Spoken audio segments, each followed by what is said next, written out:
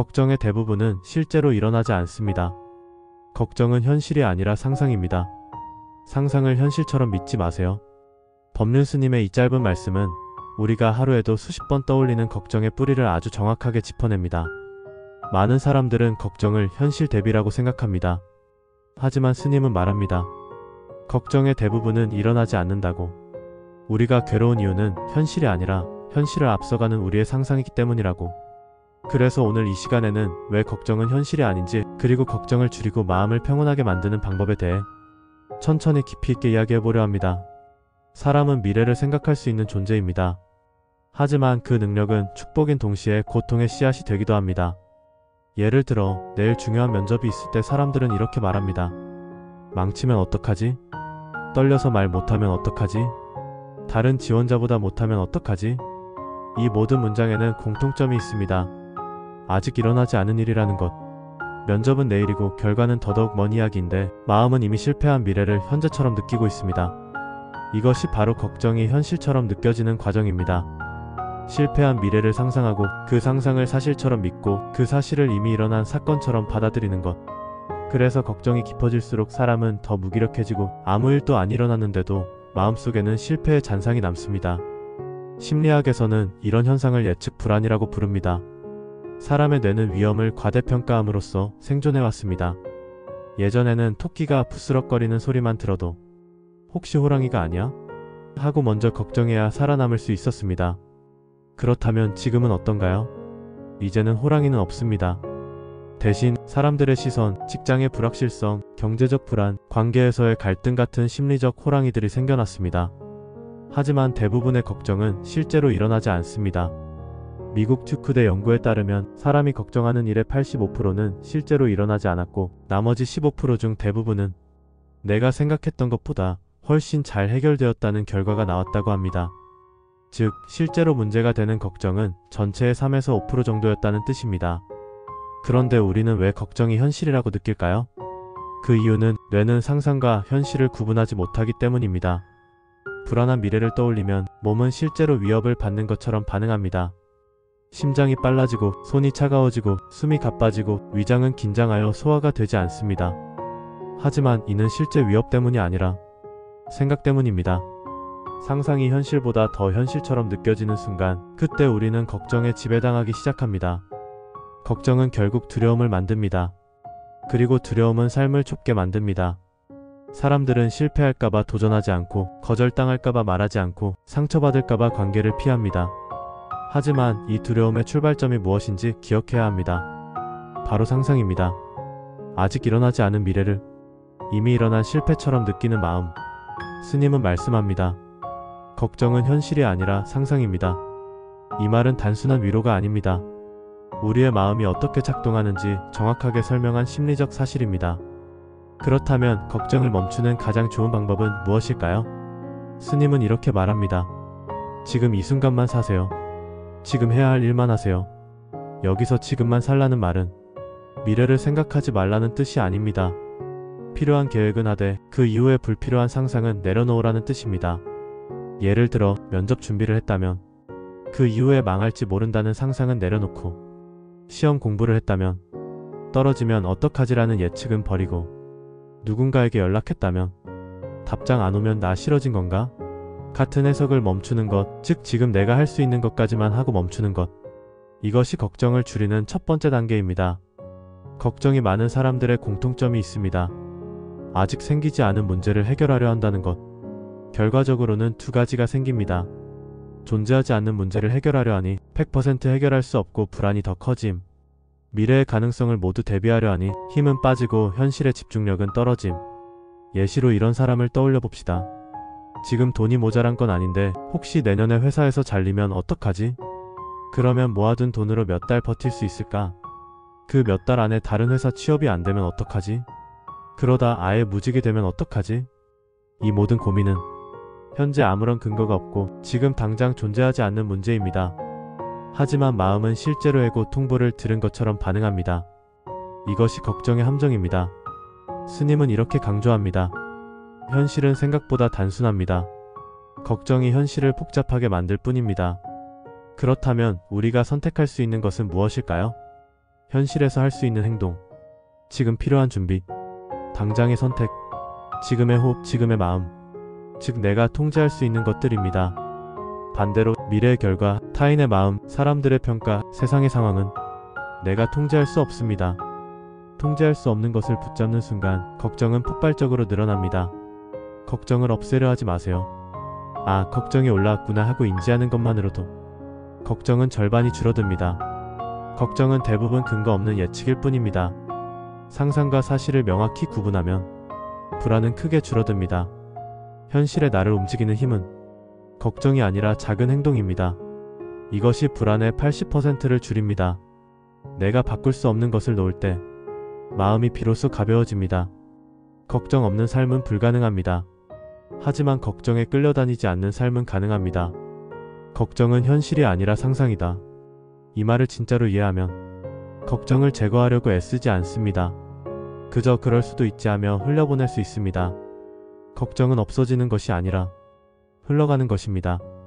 마음이 걱정에 흔들리지 않고 지금 해야 할 일에 집중할 수 있을 때 비로소 우리는 더 단단하고 여유로운 사람이 됩니다.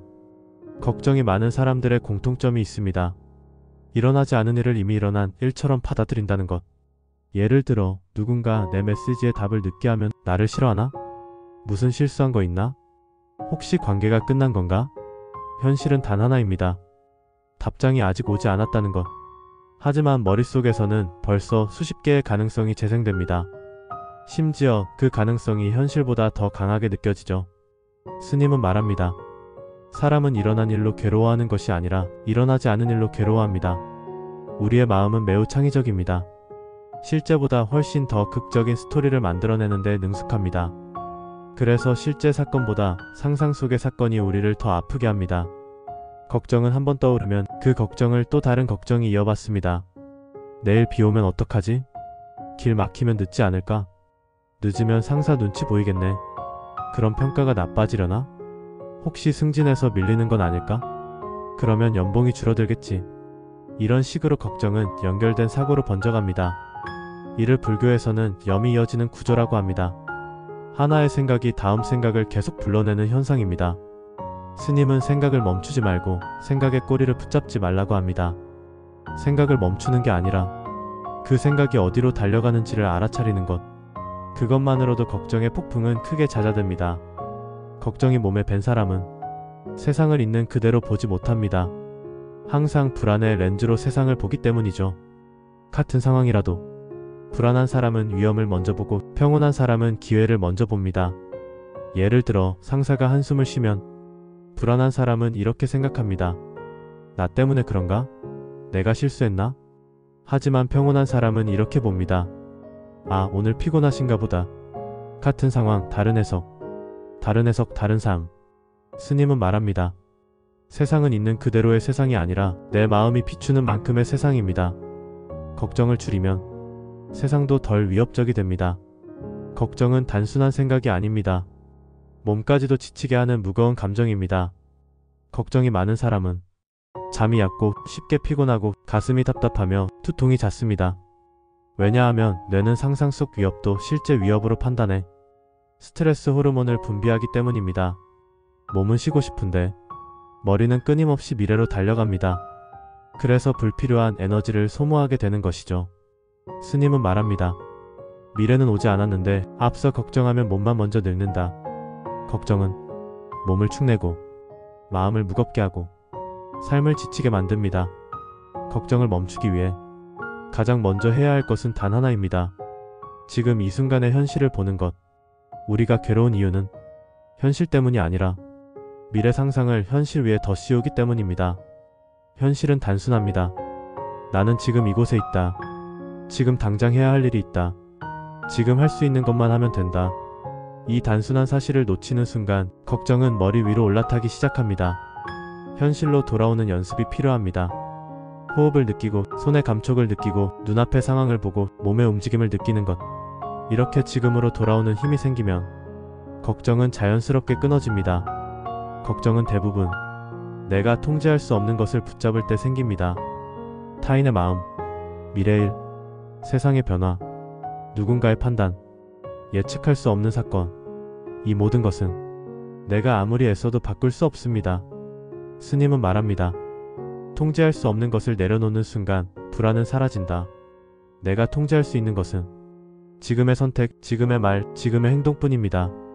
미래를 바꾸는 힘도 사실은 지금 여기서 나옵니다. 미래 걱정을 줄이는 것도 결국 지금 할 수 있는 것을 하는 데서 시작됩니다. 생각은 멈추지 않습니다. 하지만 행동은 생각을 멈추게 해줍니다. 걱정이 계속될 때는 앉아서 걱정하지 말아야지라고 생각해도 소용이 없습니다. 걱정이 걱정을 불러오고 걱정의 길은 끝없이 이어지니까요. 그럴 때 가장 좋은 방법은 지금 할 수 있는 작은 행동을 시작하는 것입니다. 책상 정리하기, 가벼운 산책, 차 한 잔 끓이기, 할 일 리스트 하나 처리하기, 간단한 집안일 하기. 생각 속에 갇힌 마음을 몸이 밖으로 끌어내줍니다. 스님은 말합니다. 몸이 있으면 마음도 따라온다. 걱정의 대부분은 이렇게 되면 안 된다는 마음에서 시작됩니다. 시험에서 떨어지면 안 되고, 사람들이 나를 싫어하면 안 되고, 일이 계획대로 안 가면 안 되고, 미래가 불확실하면 안 된다고 생각하죠. 하지만 삶은 내가 원하는 대로만 흐르지 않습니다. 오히려 그럴 수도 있다는 여유가 있어야 마음이 편안해집니다. 스님은 자주 말합니다. 삶에는 수많은 가능성이 있습니다. 그 중 하나가 나타난 것뿐입니다. 그럴 수도 있지. 이 말은 포기가 아니라 상상에 붙잡히지 않는 용기입니다. 걱정을 없애려고 하면 걱정은 오히려 더 커집니다. 생각과 싸울수록 생각은 더 강해지기 때문입니다. 걱정을 없애는 것이 아니라 걱정을 보고 흘려보내는 것이 필요합니다. 파도가 지나가듯, 구름이 흘러가듯, 차가 지나가듯 걱정도 흘러갑니다. 마음이 조용해지는 순간 걱정은 붙잡을 힘을 잃습니다. 스님은 말합니다. 걱정은 흘러가는 생각일 뿐이다. 붙잡지 않으면 저절로 사라진다. 이 긴 이야기를 마무리하면서 스님이 가장 강조하는 한 문장은 이것입니다. 걱정은 현실이 아니라 상상이다. 이 말은 불안을 비난하거나 걱정을 부정하라는 뜻이 아닙니다. 우리가 괴로워하는 이유가 현실의 무게가 아니라 상상의 무게라는 사실을 알아차리면 삶의 고통이 크게 줄어든다는 뜻입니다. 지금 이 순간을 살면 미래는 자연스럽게 좋아집니다. 불안한 생각이 올라오면 이건 상상이다라고 마음속으로 말해보세요. 그리고 한 걸음을 지금에 딛고 오세요. 지금의 선택이 내일을 만들고, 지금의 호흡이 나를 살리고, 지금의 마음이 세상을 바꿉니다.